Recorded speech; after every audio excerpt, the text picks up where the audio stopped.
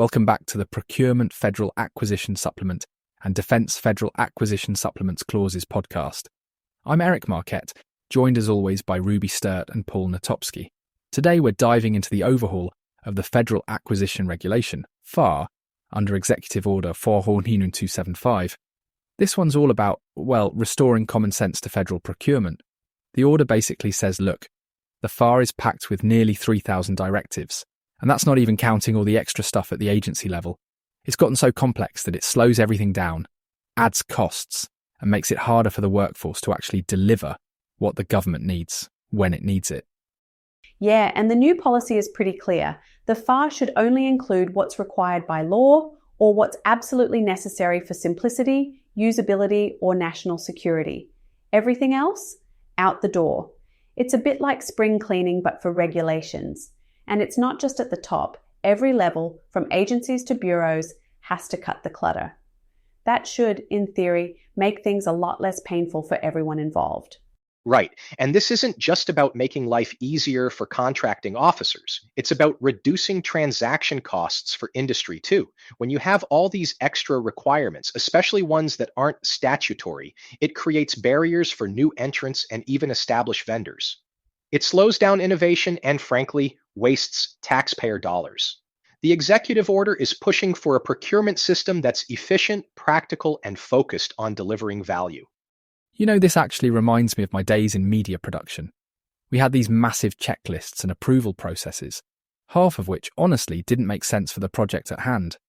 It stifled creativity and delayed delivery. I see a real parallel here. Too many rules, not enough flexibility. The government's finally saying, let's get back to basics and focus on what really matters. So let's talk about how this overhaul is actually rolling out. It's a two-phase process. First, the FAR Council is issuing deviation guidance in plain language. Think of it as a stripped-down, easy-to-understand version of each FAR part. Agencies are expected to adopt these deviations quickly, usually within 30 days. Then, after all the model deviation texts are out, the Council moves to formal rulemaking, using public input and operational experience to finalize the changes. And that's where the Strategic Acquisition Guidance, or SAG, comes in. It's not just a slimmed-down FAR, it's a combo of the new lean regulation and these buying guides that highlight best practices and innovative procurement techniques. The idea is that as best practices evolve, so does the guidance. It's a bit like having a living, breathing playbook for buyers. Exactly. And to put this in context, let's look at cybersecurity contracting. Under the old system, you might have a bunch of non-statutory cyber clauses layered on top of the statutory ones. With the deviation guidance, most of those extras get cut. That means less red tape for industry partners, faster procurement cycles, and more focus on actual security outcomes. It's a big shift, especially for folks who've spent years navigating the old maze. And Paul, as we saw in our previous episode on defence acquisition, this kind of flexibility and focus on best practices is what really drives innovation. The SAG is meant to be updated as new solutions and techniques emerge. So it's not just a one-and-done document. It's a continuous improvement model. So, with all these changes, there's a big push for collaboration. Agencies are working with category managers and innovation advocates to create and refine these buying guides. They're not just sitting in a room making up rules, they're actually testing new approaches and sharing what works. And crucially, they're encouraging agencies to try out new procurement pathways and report back on the results. And training is a huge part of this. The Federal Acquisition Institute and Defence Acquisition University are teaming up to modernise training for buyers. The idea is to make sure the workforce isn't just handed a new rulebook, they're actually equipped to use it. That means learning new skills, practicing them, and adapting as the guidance evolves. I have to jump in here with a quick story. So I have this category management approach to buying tech gadgets at home.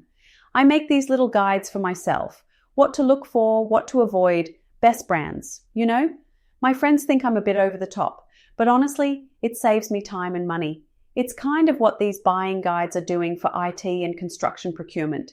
giving buyers a practical, evolving toolkit so they can make smarter decisions without reinventing the wheel every time. That's a great analogy, Ruby. And it's important because, especially in areas like IT and construction, the market changes fast. Having living documents that adapt to new best practices means agencies can keep up and buyers can make informed decisions without getting bogged down by outdated rules. Now, once these new frameworks are in place, it's not just set and forget. Agencies need clear metrics to evaluate how effective the strategic acquisition guidance and deviation processes are in real world scenarios. Are procurements actually faster? Are costs coming down? Are we seeing more competition? Those are the kinds of questions that need to be answered. And it's not just about numbers. There's a feedback loop built in. Industry partners, government buyers, and regulatory bodies all get a say. If something's not working, or if there's a better way to do things, that feedback goes right back into refining the guidance. It's a bit like agile development, but for procurement policy. And to make sure everyone's up to speed, there are targeted training programs and workshops. The goal is to help procurement personnel not just understand the new frameworks, but actually apply them in their day-to-day work. It's about building confidence and capability across the board. Right? And that continuous improvement mindset is key. The more agencies and industry partners engage with the process, the better the outcomes will be. It's a big shift from the old compliance-driven approach. Technology is playing a huge role in this overhaul. Digital tools and procurement platforms are being leveraged to automate compliance checks and streamline approval workflows. That means fewer manual errors and faster procurement cycles, something everyone can appreciate. And it's not just about automation. There are continuous training modules and certification programs being developed so procurement staff can stay current with the latest guidance, technology, and legal requirements. It's about making sure the workforce is always up to date, not just when a new rule drops. Plus, there's a dedicated oversight team keeping an eye on how these new practices are being adopted. They're analysing procurement data for trends, making sure agencies are sticking to the updated framework, and flagging any issues that pop up. It's a bit like having a coach on the sidelines, making sure the team's playing by the new playbook. And as we talked about in our earlier episodes, especially around cybersecurity and data protection, having that oversight and real-time data is crucial for compliance and risk management. It's all about staying ahead of the curve. One of the coolest parts of this overhaul is the focus on collaboration and transparency. There are regular forums and stakeholder meetings where industry partners, vendors, and government buyers can share feedback and flag areas for improvement. It's not just a one-way street anymore. And to make all this visible, there's a centralized digital dashboard in the works. It'll provide real-time data on procurement activities, compliance status, and performance metrics. That kind of transparency is a game changer for accountability and trust, both inside government and with the public. There's also a comprehensive communication plan to keep everyone in the loop. Vendors, agencies, internal teams.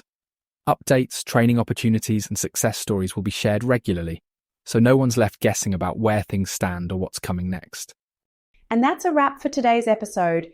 This overhaul is massive, but it's all about making procurement smarter, faster, and more transparent.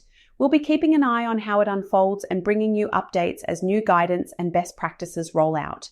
Thanks for joining us. If you have questions or want us to dig deeper into any part of the new acquisition framework, let us know. We'll be back soon with more insights. Thanks, Ruby and Paul. Always a pleasure. And thanks to everyone listening. Stay tuned for more on the evolving world of federal procurement. Take care, everyone. Catch you next time. Goodbye, all.